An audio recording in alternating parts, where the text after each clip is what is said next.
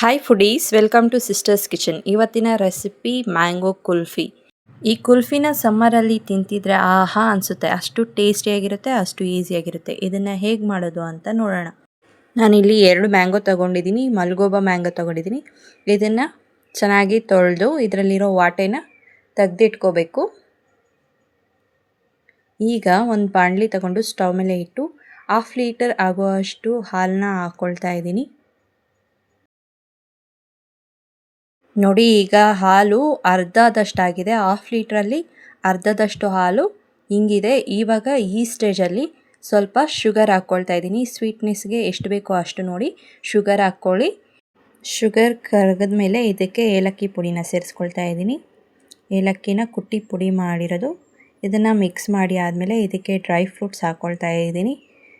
ಬಾದಾಮಿ, ಗೋಡಂಬಿ, pumpkin seeds ಹಾಕ್ಕೊಳ್ತಿದ್ದೀನಿ. ನೀವು ಬೇಕಿದ್ರೆ ಪಿಸ್ತಾ ಕೂಡ ಹಾಕ್ಕೋಬೋದು. ಇವಾಗ ಇದು ಚೆನ್ನಾಗಿ ಕುದಿ ಬರಬೇಕು. ಕುದಿ ಬಂದಾದಮೇಲೆ ಇದಕ್ಕೆ ಕಸ್ಟರ್ಡ್ ಪೌಡರ್ನ ನೀರಲ್ಲಿ ಮಿಕ್ಸ್ ಮಾಡಿ ಹಾಕ್ಕೊಳ್ತಾ ಇದ್ದೀನಿ. 1 ಟೇಬಲ್ ಸ್ಪೂನ್ ಆಗೋ ಅಷ್ಟು ಕಸ್ಟರ್ಡ್ ಪೌಡರ್ ತಗೊಂಡು ಉಂಡೆಗಳು ಇಲ್ದಿರೋ ಥರ ಮಿಕ್ಸ್ ಮಾಡಿ ಹಾಲಿಗೆ ಮಿಕ್ಸ್ ಮಾಡ್ಕೊಳ್ತಾ ಇದ್ದೀನಿ. ಈ ಥರ ಮಾಡೋದ್ರಿಂದ ಹಾಲು ಗಟ್ಟಿಯಾಗುತ್ತೆ.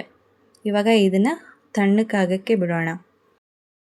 ಈಗ ತಣ್ಣಕ್ಕಾಗಿರೋ ಹಾಲನ್ನು ಮಾವಿನ ಹಣ್ಣು ಒಳಗಡೆ ಹಾಕ್ಕೊಳ್ತಾ ಇದ್ದೀನಿ. ಆಗಲೇ ಹೊಟ್ಟೆ ತೆಗೆದಿಟ್ಕೊಟ್ಟಿದ್ವಲ್ಲ, ಆ ಮಾವಿನ ಹಣ್ಣಿಗೆ ಹಾಕ್ಕೊಂಡು ಇದನ್ನು ಕ್ಲೋಸ್ ಮಾಡೋಣ. ಮಾವಿನ ಹಣ್ಣಿನ ತೊಟ್ಟನ್ನು ಕ್ಲೋಸ್ ಮಾಡಿ ಫ್ರೀಝರಲ್ಲಿಟ್ಟು ಓವರ್ ನೈಟ್ ಬಿಡೋಣ.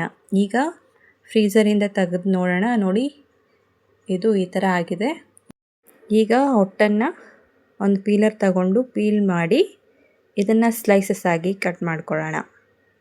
ನೋಡಿ, ಸ್ಲೈಸಸ್ ಆಗಿ ಕಟ್ ಮಾಡಿದ್ಮೇಲೆ ಹೀಗೆ ಬರುತ್ತೆ.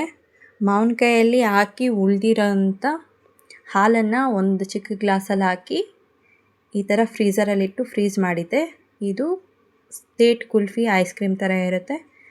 ನೀವು ಟ್ರೈ ಮಾಡಿ, ಹೇಗಿತ್ತು ಕಮೆಂಟ್ ಮಾಡಿ. ಈ ವಿಡಿಯೋ ನಿಮಗೆ ಇಷ್ಟ ಆದರೆ ನನ್ನ ಚಾನಲ್ನ ಸಬ್ಸ್ಕ್ರೈಬ್ ಮಾಡಿ, ಲೈಕ್ ಮಾಡಿ, ಕಮೆಂಟ್ ಮಾಡಿ, ಶೇರ್ ಮಾಡಿ.